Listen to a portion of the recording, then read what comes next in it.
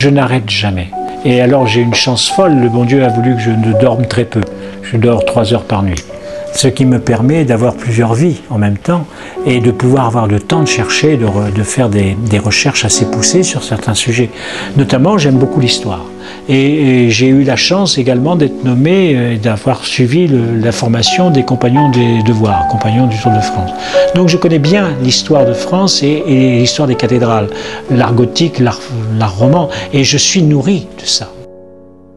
C'est ainsi que se présente Alain Husson du Moutier. Sa passion pour l'art en général l'habite entièrement. Avec lui, les objets les plus insolites deviennent des œuvres d'art.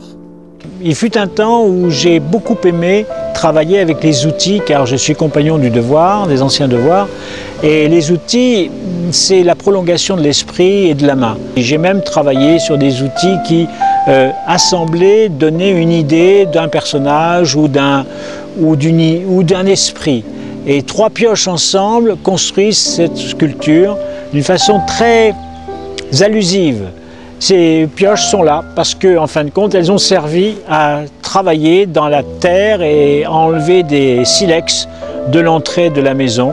Et elles ont une histoire, elles racontent l'histoire de la maison, elles racontent l'histoire des efforts des gens qui ont travaillé avec ces pioches.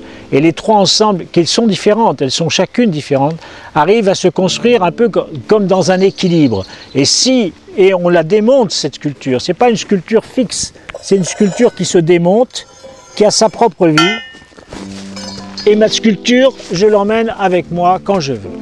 C'est ça qui m'intéresse dans cet art d'outils qui se démontent et qui se remontent, parce que c'est ainsi que la vie de l'ouvrier est faite. En 1999, Alain Husson du Moutier devient ambassadeur pour la paix dans le monde. Ses valeurs humaines, ses recherches artistiques et son sens de la créativité le conduisent tout naturellement à l'UNESCO.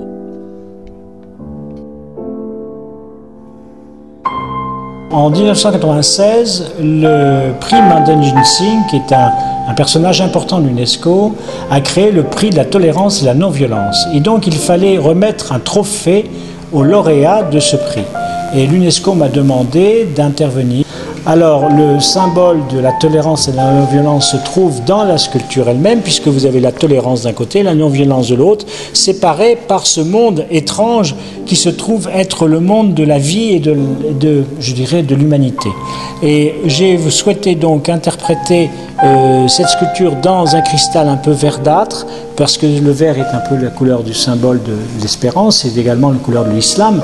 Et comme Maden Ginsing était un musulman, indien musulman, j'ai souhaité faire honneur à ce personnage. Cette sculpture a été gardée par Federico Mayor le jour où je lui ai présenté, et ayant souhaité qu'elle fasse partie du patrimoine de l'UNESCO. C'est donc une œuvre qui est actuellement dans les réserves, ou quelquefois présentée à l'UNESCO, comme étant une œuvre du patrimoine de l'UNESCO. C'est un honneur et une charge pour moi, parce que si on est nommé artiste de l'UNESCO pour la paix, c'est qu'il y a une raison. Il n'y a pratiquement aucun artiste graphiste, aucun peintre n'a été nommé artiste de l'UNESCO pour la paix depuis très longtemps, et j'ai eu cet honneur.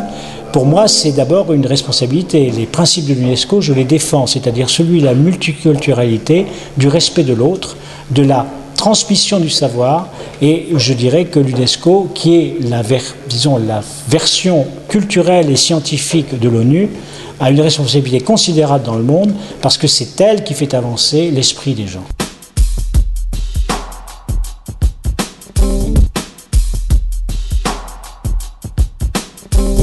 Il s'agit d'Horus. Horus, le dieu faucon, fils d'Osiris et d'Isis, et c'est celui qui voit tout. Et dans mon sigle de peintre, il y a l'œil d'Horus. Ce sont des personnages qui pour moi ont été très importants, d'abord parce que je suis peintre égyptien, donc nommé par le ministère de la Culture comme peintre de l'Égypte. Pourquoi? Parce que j'ai exposé là-bas, j'ai exposé beaucoup d'œuvres sur l'Égypte, et je suis assez marqué par l'Égypte pour des raisons qui me sont propres. Mais cette tête d'Horus, en fait, est à l'origine une frustration. J'étais au Salon de Mars il y a quelques années avec mon épouse, et on tombe en arrêt devant une sculpture qui est celle-là, disons l'identique, c'est-à-dire du granit, taillé dans le granit de la région d'Assouan, une tête d'Horus de la 18e dynastie, absolument extraordinaire, et avec une présence, une puissance, car on était à la fois dans un personnage qui était un animal et un homme. Le visage en bec d'aigle, qu'on le voit ici par exemple, montre un peu ce personnage assez énigmatique et puissant. Et cette statue était à vendre, en fait, mais je vais me la faire moi-même. Et de tête de souvenir, je l'avais imprimée dans ma mémoire, j'ai commencé à travailler avec du papier journal mouillé, et j'ai chargé pour avoir quand même une certaine densité avec une matière plastique que j'utilise dans mon travail de peintre quelquefois, et je l'ai façonné. Et après, il a fallu que ça sèche. Ça a séché pendant plusieurs mois. Il fallait que de temps à autre, je la remodèle pour qu'elle reprenne sa vigueur et sa force. Et puis, la voilà. Cette sculpture a été présentée au musée d'art moderne, enfin, au musée des années 30 à Boulogne-sur-Seine l'an dernier, avec le tableau qui lui est son pendant, qui est en fait une croix en C avec du papier journal brûlé. Et donc, l'ensemble donne le côté éphémère des choses. Ça représente quoi? Alors c'est Dieppe. Dieppe pour moi c'est l'image d'une station qui donne l'impression d'être abstraite. En fait si tu regardes ce tableau il pourrait être aussi bien abstrait que figuratif. Si je supprime en haut à gauche la langue de terre qui vient manger le ciel et la mer, et je suis dans un tableau abstrait presque. Et c'est ça mon jeu. J'ai toujours essayé puisque je suis abstrait et symboliste, j'ai toujours essayé de transférer un monde dans l'autre. Nous sommes constamment entre deux jonctions de mondes. Le monde que l'on voit et le monde que l'on ressent. Le monde que l'on perçoit n'est pas forcément celui que l'on voit. Nous sommes dans les illusions permanentes et je pense que la peinture doit refléter cet état d'esprit.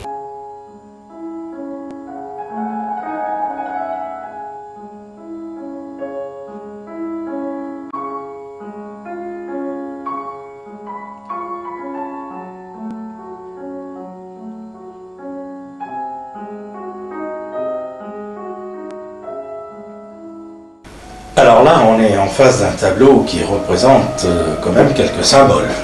Oui, alors il est issu de la fameuse série des 3 livres sacrés pour la paix que l'UNESCO m'avait commandé il y a quelques années de ça, il n'y a pas longtemps d'ailleurs, où j'ai travaillé à la fois sur la Torah, donc l'Ancien Testament, le Nouveau Testament et le Coran. Dans la Torah et dans le Nouveau Testament, on peut être figuratif, mais dans l'islam, on ne peut pas être figuratif, surtout si on suit le raisonnement sunnite. Chez les chiites, on peut représenter le visage humain, l'animal et la nature. Chez les sunnites, c'est interdit, car seul Dieu est le créateur, nous ne pouvons que symboliser éventuellement. C'est d'où l'art magnifique d'ailleurs d'Al-Andalus, en sud de l'Espagne et au Maroc, où on a des symboles de plantes, des symboles d'animaux qui sont, disons, cachés dans les variations des couleurs et dans les éliges ou dans l'ensemble des travaux qui sont faits sur les chapiteaux des colonnes.